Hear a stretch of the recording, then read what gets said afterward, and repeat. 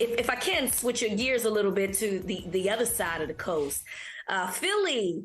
Uh, mm, I understand Joel Embiid didn't only play 26 minutes in yesterday's game, and I know that he has been injured. But how does that play into this series? Because I mean, Boston literally just blew the doors off the Sixers yesterday, and then they barely got away with a win. To me, the Sixers in Game 1. So how do you see this playing out? Because it appears that Embiid is going to be dealing with this throughout the series. Yeah, he's got to play. Look, he faded. He actually was good in the first half. I mean, 5 blocks in the first half. Most of his points came in the first half. But they're going to have to limit his minutes because by the third quarter, you could tell he wasn't moving as well. And then the Celtics exploited that and went at him.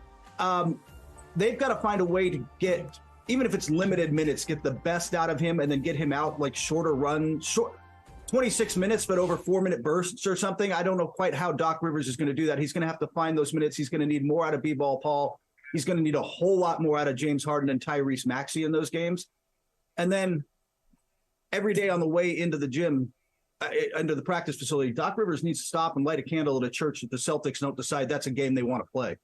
Because I still think they're the best team when they go, yeah, tonight we're going to be focused. So do you think it comes down to that? I mean, they've been dealing with that all year, Kurt. I mean, they looked at one point, I looked at their losses for the season, in the regular season.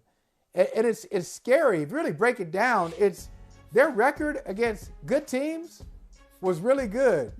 But they had a bunch of losses to teams that either didn't make the playoffs, were play-in teams. That's where the bulk of their losses came, including 3. I can't emphasize this enough. They lost 3 times to the Orlando Magic.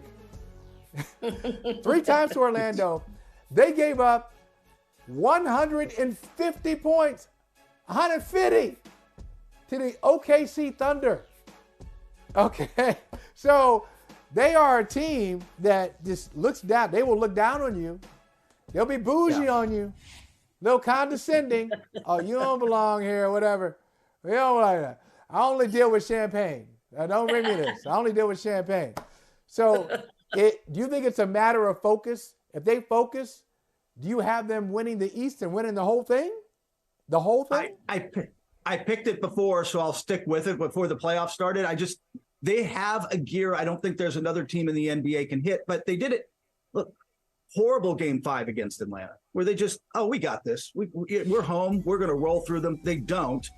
Then in Game 6, they play them even most of the way, and they get to about the last 5-6 minutes of that game, and they go, all right, let's end this.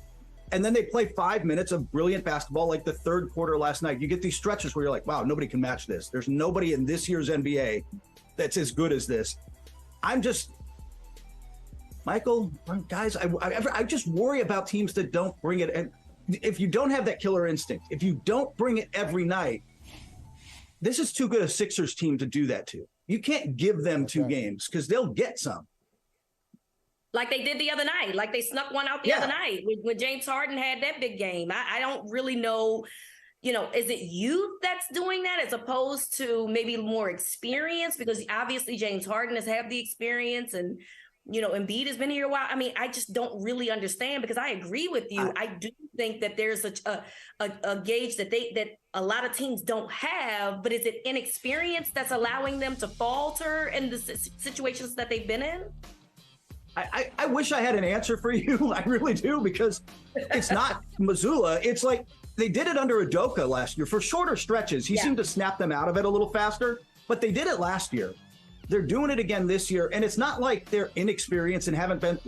Tatum and Brown and the core, Smart and the core of this team have been to they went to the finals last year. They have been to a bunch of big stages, and that drive isn't there every night. And that's, it's hard to trust teams like that. Like they don't like mac and cheese or something. Yeah, exactly. All right, what else?